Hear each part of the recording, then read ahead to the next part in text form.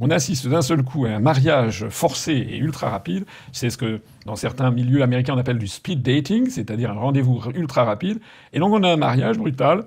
Ça va de monsieur Glucksmann jusqu'à la LFI, donc non seulement de M. Mélenchon, mais de Rama Hassan. C'est-à-dire qu'on a dans le même mouvement, dans la même configuration, à la fois M. Glucksmann, qui, comme tout le monde le sait, est un agent américain, enfin proche en tout cas des services de renseignement américains, ultra par ailleurs pro-israélien, et qui est dans la même mouvance, maintenant dans la même alliance que LFI, qui est ultra anti-sioniste et qui a été régulièrement accusé par M. Glucksmann, d'ailleurs, d'être en fait antisémite, alors que ce que nie LFI, et LFI accusant en revanche M. Glucksmann de soutenir un État génocidaire de l'État d'Israël. Voilà. Donc ces personnes se retrouvent dans cette alliance de circonstances où l'on met également le Parti socialiste, où l'on met également donc Place Publique, c'est pour Glucksmann, on met EELV, on met le Parti communiste français, on met en fait des tas de groupements politiques. Alors eux, ils ont fait plusieurs documents et qui sont sortis. Il y en a un qui est sorti, j'en ai fait un tweet, puis après il y a des gens qui disent mais non, c'est un faux, c'est pas exactement ci et ça. Ensuite, il y a eu donc Brut qui a mis en exergue un certain nombre de mesures phares. Et puis il y a également un programme, alors plus détaillé, de 9 pages que M. Edoui Plenel, l'ancien du Monde, dont je rappelle, petite histoire, que le directeur de cabinet de Mitterrand avait dit que c'était un agent de la CIA, mais enfin je referme la parenthèse. M. Edoui Plenel donc, a fait un tweet pour relayer le programme plus détaillé du nouveau Front populaire. Nouveau évidemment parce que toutes les personnes qui connaissent un petit peu l'histoire ont en mémoire le Front populaire de 1936, n'est-ce pas, qui avait très bien commencé en accordant notamment les congés payés aux Français et qui avait très mal terminé puisque c'était l'Assemblée issue du Front populaire qui avait donné les pleins pouvoirs à Pétain en juin 1940. Alors, je ne sais pas par où commencer parce qu'il y a différentes sources. Je pense que le mieux est quand même de regarder comment dirais-je, le document de M. Edoui Plenel, les différentes fiches qui sont les plus détaillées. De vous à moi, quand j'ai regardé ce document, la première chose qui frappe, c'est que c'est quand même beaucoup plus détaillé que ce qu'a produit le Rassemblement national. Ça, il faut le reconnaître. La deuxième chose, c'est que j'ai trouvé, comme je suis quelqu'un toujours j'essaie d'être objectif et de dire la vérité, du moins ce que je pense, c'est qu'il y a dedans des choses que je trouve qui sont, en tout cas, avec lesquelles je suis d'accord. Donc je ne vois pas pourquoi je ne dirais pas que je suis d'accord si je suis d'accord. Je suis d'accord, par exemple, avec l'idée d'augmenter le SMIC. Bon, il y a d'ailleurs une petite incertitude. J'ai vu que dans certains cas, il était question de l'augmenter à 1500 net, d'autres à 1600, j'ai pas très bien compris. Enfin, ce qui est certain, je renvoie d'ailleurs à mon programme présidentiel, ce qui est certain, c'est que il faut augmenter le SMIC en France, parce que ça fait bien longtemps qu'il n'a pas été augmenté et qu'il y a un véritable problème de pouvoir d'achat des catégories les plus modestes de la population. Je me permets au passage de rappeler qu'en 2016, au Royaume-Uni, le SMIC, avant le Brexit, était 15% inférieur au SMIC français. Aujourd'hui, il est 10% supérieur.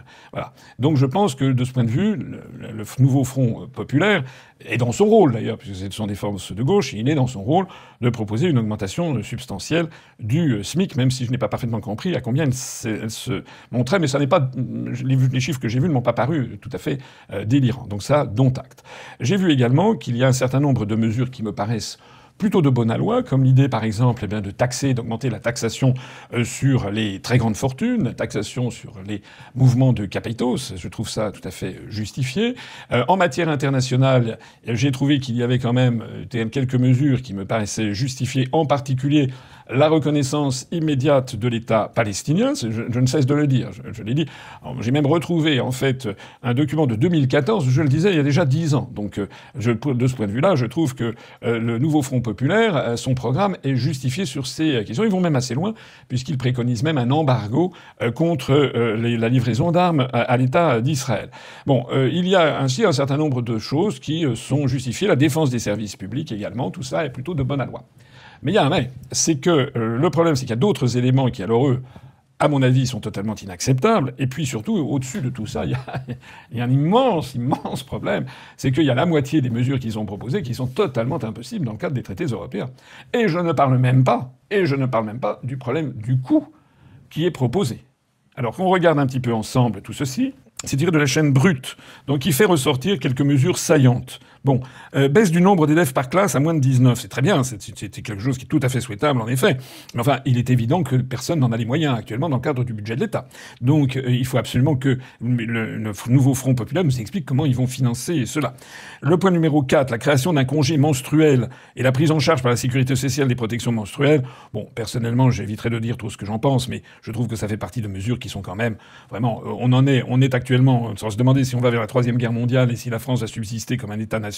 Ce genre de mesures qui sont des mesures extrêmement catégorielles et puis également populistes. Il faut dire les choses telles qu'elles sont. Enfin, ce sont des choses quand même qui sont tout à fait à la mode, mais que je trouve contestables parce que honnêtement, je ne vois pas pourquoi il y aurait la création d'un congé menstruel et prise en charge par la sécurité sociale des protections menstruelles, mais on pourrait aller très très loin dans ce domaine. Et puis pourquoi pas payer aussi les brosses à dents et puis le dentifrice. Ça peut. Je crois que là, on va quand même dans une société qui dérape complètement. En fait, il faut dire les choses telles qu'elles sont. Alors ensuite, le blocage des prix de première nécessité, d'accord, pourquoi pas. L'abrogation du 49.3, l'instauration de la proportionnelle et du RIC, moi j'y suis favorable, mais il est bien évident que ça ne s'inscrit pas dans le cadre d'une législature, mais ça s'inscrit dans le cadre d'une réforme constitutionnelle. En revanche, en matière migratoire, alors là, on est dans quelque chose qui va à l'encontre de ce que souhaitent beaucoup de Français. La régularisation massive des travailleurs, la création d'un statut de déplacé climatique. Comment est-ce que l'on va pouvoir juger d'un statut de déplacé climatique? Tout ceci me paraît un peu délirant, en fait. Alors ensuite, il y a l'indexation des salaires et des pensions de retraite sur l'inflation. C'est une idée qui est généreuse, mais qui ne peut alimenter que l'inflation. L'abrogation des réformes de l'assurance chômage, c'est entendu. Tout ça, ce sont des mesures qui sont plutôt certaines sont contestables, d'autres le sont sans doute moins. En revanche, moi, ce qui me frappe, eh bien, ce sont les mesures concernant, là aussi, les questions européennes, avec notamment, et les questions de guerre européenne, avec le soutien indéfectible à la résistance ukrainienne.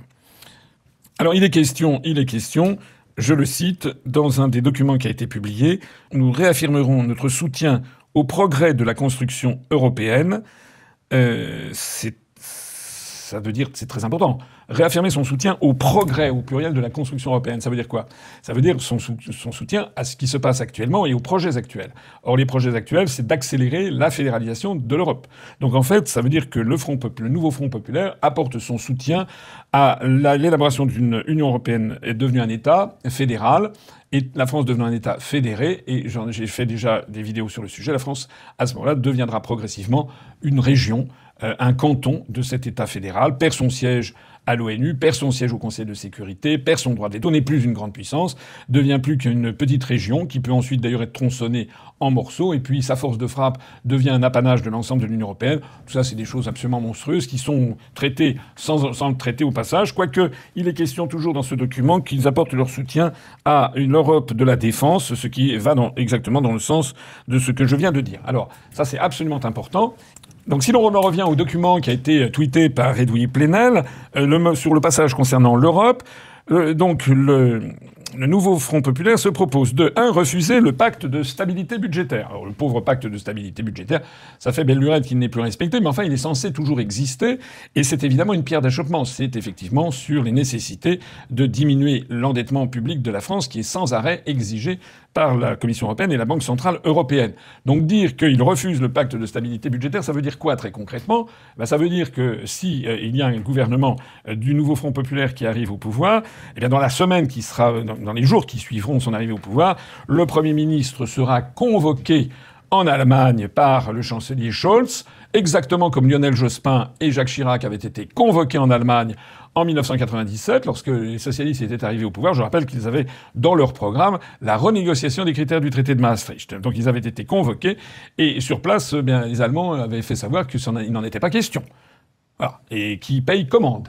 Et si ce ne sont pas les Allemands, c'est la Banque centrale européenne qui se chargera de dire, par exemple, à monsieur Mélenchon, si c'est lui qui est Premier ministre, à moins que ce ne soit monsieur Roussel, puisque monsieur Fabien Roussel du Parti communiste français a fait savoir qu'il était disponible pour être Premier ministre.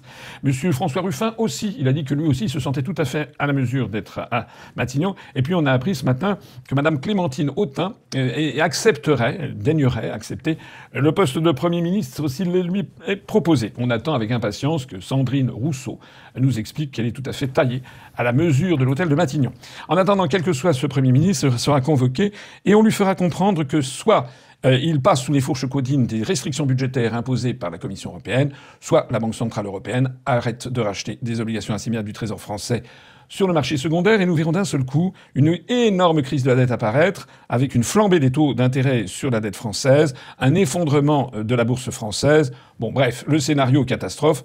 Que ce soit M. Ruffin, M. Mélenchon, M. Roussel, Mme Autain, Mme Rousseau, Mme Tartemol ou M. Barbemiche, eh bien, au total, ils seront obligés de passer sous les fourches caudines de la Banque centrale européenne puisqu'ils ne veulent pas sortir de l'Union européenne et qu'ils ne veulent pas sortir de l'euro. On tombe toujours sur la même histoire. Et d'ailleurs, continuons la liste en matière européenne. Eh bien, il est question de proposer un pacte européen pour le climat et l'urgence sociale. Bon, ils peuvent toujours le proposer, bien sûr. Et proposer un pacte pour le climat et l'urgence sociale, c'est pas exactement ce que signifiera le mot urgence sociale, mais on le devine. Mais on devine également qu'un grand nombre de pays, notamment d'Europe du Nord et d'Europe de l'Est, diront non. Il veut également proposer une réforme de la politique agricole commune, mais ça veut dire réformer les traités européens. Mais en fait, bon, tout le monde sait que ça n'aura pas lieu. Donc en fait, les propositions du programme du nouveau Front populaire sur ces questions consiste à faire des propositions. C'est un programme qui consiste à faire des propositions. Par ailleurs, mettre fin au traité de libre-échange, bon, ça c'est de la rigolade, évidemment. Hein, vous savez très exactement qu'il y a au sein de l'Union européenne des pays qui sont pénalisés par les traités de libre-échange, notamment en matière agricole, dont la France, il y en a d'autres qui sont favorisés. Et comme il faut l'unanimité, eh bien, pour revenir sur ce genre de choses, et il n'y aura pas de fin. Instaurer un protectionnisme écologique et social aux frontières de l'Europe, très bien de le dire, mais de cette façon, enfin, ça n'aura pas lieu non plus, puisque il faut l'unanimité et que vous trouverez des États comme par exemple le Luxembourg ou Malte ou certains États de l'Est qui diront non. Adopter un mécanisme d'harmonisation sociale par le haut entre les États pour mettre fin aux politiques de dumping social et fiscal. Bon, ça fait quand même 20 ans ou 30 ans, enfin non, ça fait quand même plus d'un quart de siècle maintenant que la gauche nous raconte ces salades.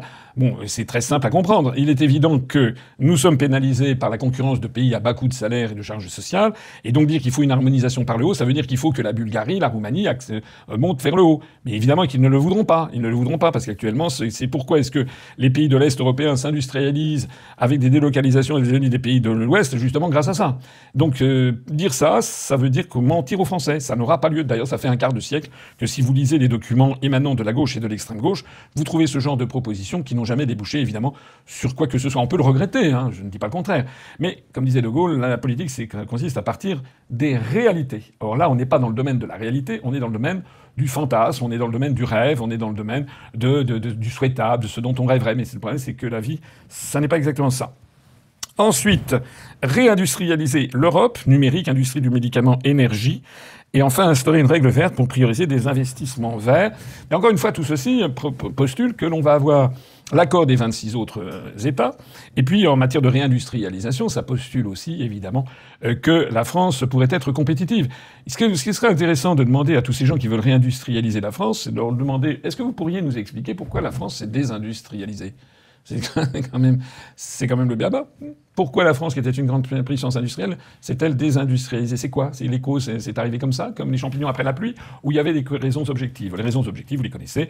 C'est d'une part la libre circulation des mouvements de capitaux qui a été créée par l'acte unique de 86 et gravée dans le marbre du traité de Maastricht de 92, et c'est d'autre part la cherté de l'euro qui est trop chère par rapport à la compétitivité intrinsèque de la France et des pays du Sud. C'est pour ça que la désindustrialisation a été massive en France et beaucoup moindre en Allemagne, par exemple. Voilà. Donc en fait, sur ces sujets européens, eh bien, rien, quoi. C'est-à-dire que ça n'a pas avancé d'un pouce. Et l'ensemble des questions européennes, donc, est traité de cette façon par le nouveau Front populaire, et qui précise donc l'Europe de la défense, etc., c'est-à-dire se mettre pieds et poings liés dans le narratif euro-atlantiste et dans la géopolitique américaine.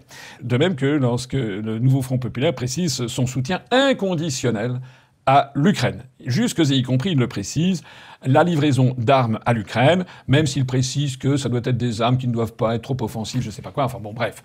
Ça veut dire qu'il souligne l'agressivité de Poutine. Au passage, quand on lit les gazettes, on s'aperçoit que ces différents passages ont été soufflés, enfin exigés par Glucksmann pour qu'il rallie cet attelage. Mais Glucksmann étant un agent américain, ça veut dire que tout ceci est piloté par Washington. Ça veut dire quand même que les Français qui vont voter pour le nouveau Front populaire, Jaurès a de quoi se retourner dans sa tombe. Ça veut dire qu'ils votent quand même pour un programme qui contient des éléments qui sont a priori positifs, mais dont la plupart sont incompatibles avec notre appartenance à l'Union européenne et à l'euro. Et par ailleurs, il nous vote pour un programme qui nous emmène tout droit vers une aggravation de notre choc frontal avec la Russie et avec un risque de troisième guerre mondiale.